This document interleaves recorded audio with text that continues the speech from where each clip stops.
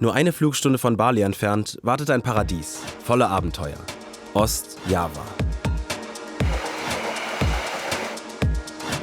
Mein Vater stammt aus dem Westen der Insel, der bevölkerungsreichsten Insel Indonesiens. Hier im Osten gefällt es mir am besten. Die Natur hier ist spektakulär. Eine Woche werde ich hier mit Freunden unterwegs sein, zwischen Vulkanen, Wasserfällen, Richtung Meer.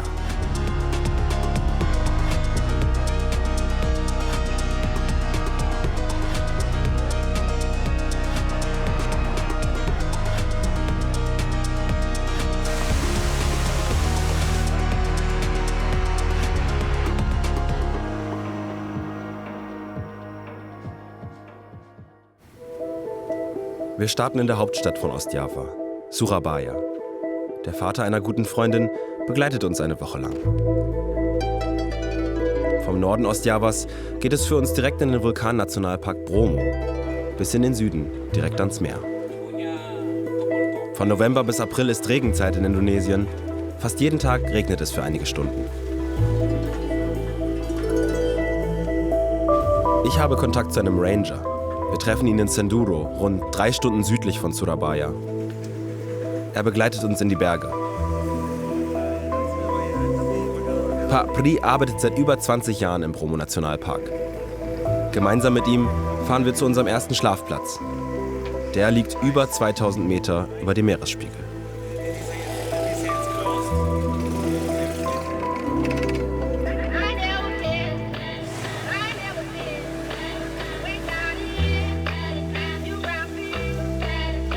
Heftiger Regen. Die Straßen werden immer schmaler. Wir fahren von der Ostseite, immer tiefer in den Nationalpark.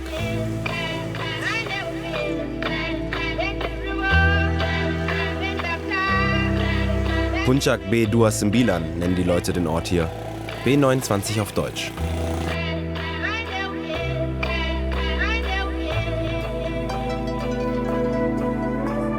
Abends sitze ich mit den Bewohnern des Dorfes und Pak Pri an einem Warung, einem kleinen Laden für das Allernötigste. Instant-Nudelsuppen, Kaffee, Tee. Wir kommen über die Region ins Gespräch. Baru lagi di atas ada spot-spot foto yang menghadap ke Bromo. Besok Patrick bisa lihat besok pagi. Bagus sekali Patrick. Ya.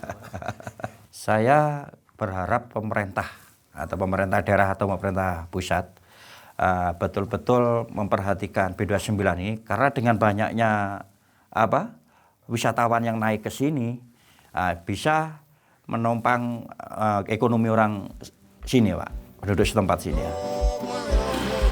Am nächsten Morgen um 4 Uhr. Junge Männer mit Motorrädern, sogenannte Ojeks, fahren uns für den Sonnenaufgang auf eine Hochebene. Der Weg ist neu gepflastert, damit Touristen besser vorankommen.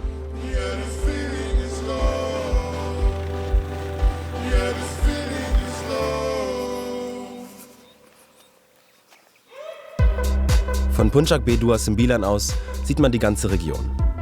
Den höchsten Berg Javas, den Gunung Semeru und die Vulkanwüste rund um den Vulkankrater Bromo.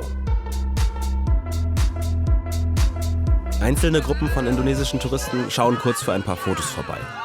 Ansonsten ist die Spitze von B29 aufgrund der langen Anreise aber wenig besucht.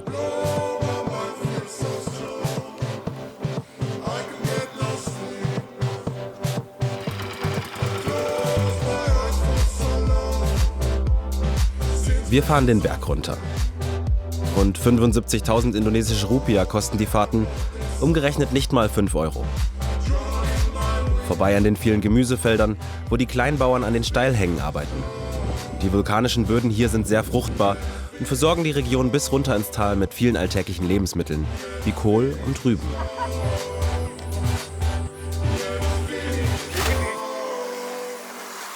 Pak Pri begleitet uns auf dem Weg zurück.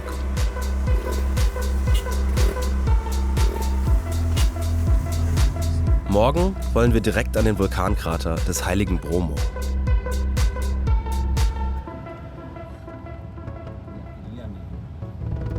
Der nächste Morgen. Ein Jeep holt uns ab. Der Fahrer ist Pak Sudar, ein Tourguide aus der Region. Pak Sudar fährt einen von über 1000 Jeeps, um Touristen aus aller Welt an den Krater zu bringen. Er kennt alle Fahrer. Viele arbeiten gleichzeitig als Farmer, aber Touristen und ihr Interesse an der Caldera sind hier immer noch die beste Einnahmequelle. In Indonesien ist es in der Regenzeit morgens oft klar. Später am Tag zieht es dann zu. Die Menschen, die hier wohnen, nennen sich die Tengger und sind hinduistisch geprägt. Im Gegensatz zu der muslimischen Mehrheit. Der aktive Krater des Bromo ist die mit Abstand meistbesuchte Sehenswürdigkeit in Ostjava. Hier zieht es jeden Tag tausende Menschen hin. Neben Indonesiern kommen die meisten Touristen aus anderen asiatischen Ländern. In den letzten 20 Jahren ist der Bromo 5-mal ausgebrochen. Gläubige Hindus finden hier einen Schrein für ihre Opfergaben. Wer schwindelfrei ist, kann auf der gesamten Kante des Kraters entlanglaufen.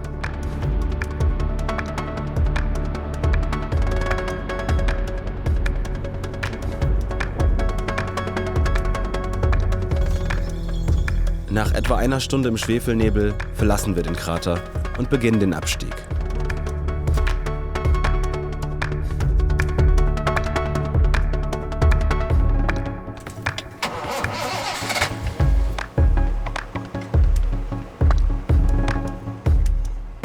Auf dem Heimweg zu unserer Unterkunft sprechen Pasudar und ich über seine Arbeit. Seit 25 Jahren fährt der Touristen in seinem Jeep durch den Nationalpark. Kamu sudah kesini ke Taman Nasional Bromo berapa kali? Wah, hampir tiap hari saya jalan ke sini. Tiap pagi antar tamu.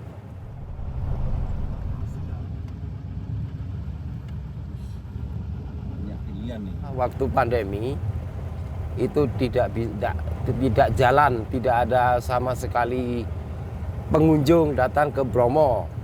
Jadi selama 2 tahun kita vakum, kita nggak bisa melayani tamu, nggak bisa kerja. Jadi harus cari alternatif pekerjaan lain gitu. Orang suku Tengger paling ramah ya? Ya, betul, ya? Begitulah. Kenapa? Kenapa ya?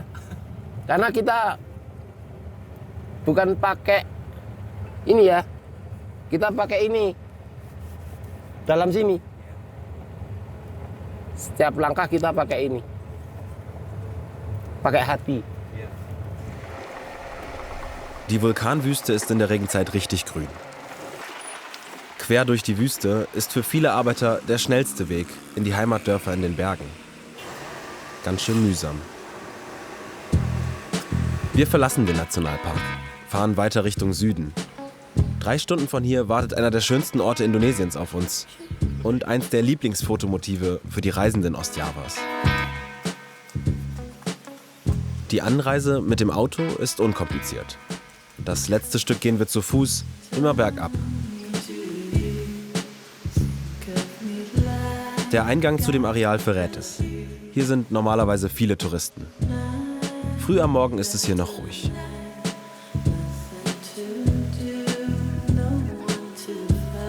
Über eine schmale Treppe kommen wir zum Wasser. Hier gibt es Seile, an denen man sich nach unten hangeln kann. Man muss dabei echt aufpassen. Es ist ziemlich rutschig.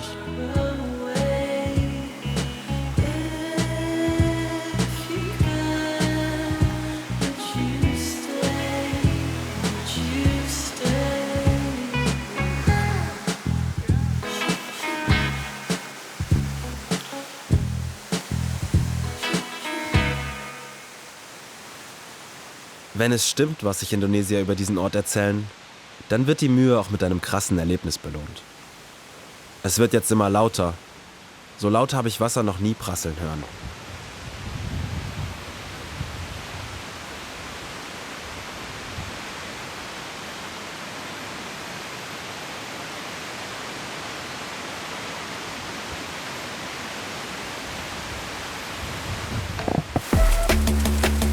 Ein über 120 Meter hoher Wasserfall, der riesige Wassermassen in den Felskessel transportiert. Den Bereich unten nennen die Menschen hier Choban Sewu, den Teil oben Tumpak. Überall aus dem Dschungel fällt Wasser auf uns. Ich habe schon viele Fotos von Tumpak Sewu gesehen, aber die Größe des Wasserfalls ist in echt noch viel beeindruckender. Hier unten treffen wir 3 Indonesierinnen, Studentinnen, die hier Urlaub machen. Ya, pemandangannya, jalannya tadi juga ekstrim cukup. Ya. Tengok. Tapi bisa ya? Bisa. Kamu jatuh. Pegel.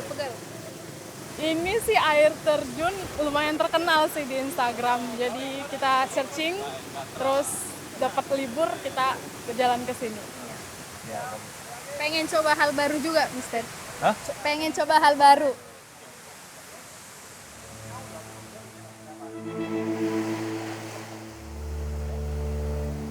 Um an den letzten Ort der Reise zu kommen, fahren wir 3 Stunden weiter in den Süden. Hier soll es schöne Strände geben, hat man uns gesagt. Wir fahren 10 Minuten in ein geschütztes Gebiet, eine Art selbstorganisierten Nationalpark. Direkt fällt mir auf, wie sauber es hier ist. Die Natur ist intakt, eine Seltenheit in Indonesien. Müllberge von Plastik rund um Sehenswürdigkeiten sind hier sonst normal.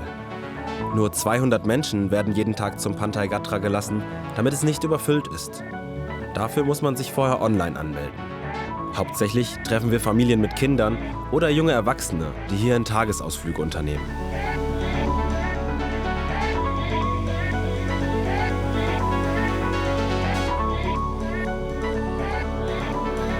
Noch ist es etwas bedeckt. Dann zeigt sich die Sonne und setzt die atemberaubenden Felsformationen in Szene. Zeit für eine Abkühlung.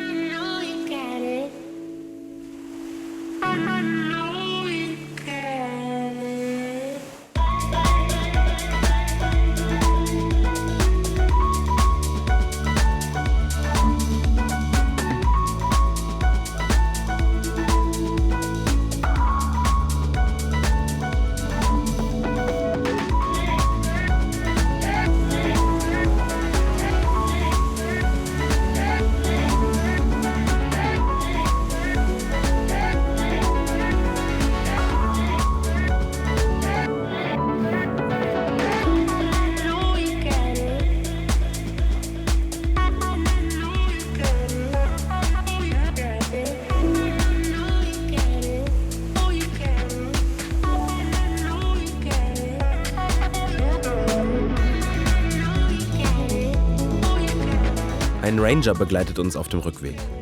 Er ist einer von insgesamt 20 in dem Schutzgebiet. Sie achten darauf, dass es hier sauber bleibt. Ich finde beeindruckend, wie sich die lokale Bevölkerung hier für die Umwelt einsetzt. Für den Weg aus dem Gebiet heraus nehmen wir ein für die Region typisches Fischerboot. Bevor wir zurück in den nächsten Ort fahren, geht es durch Mangroven. Die großen Mangrovenwälder an der Küste sind ideale CO2-Speicher. Zahlreiche Fischarten sind hier zu Hause.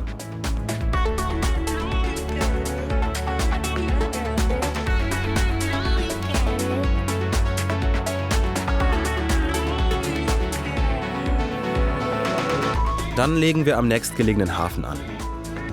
Hier endet nach einer Woche und über 500 Kilometern Fahrt unsere Reise.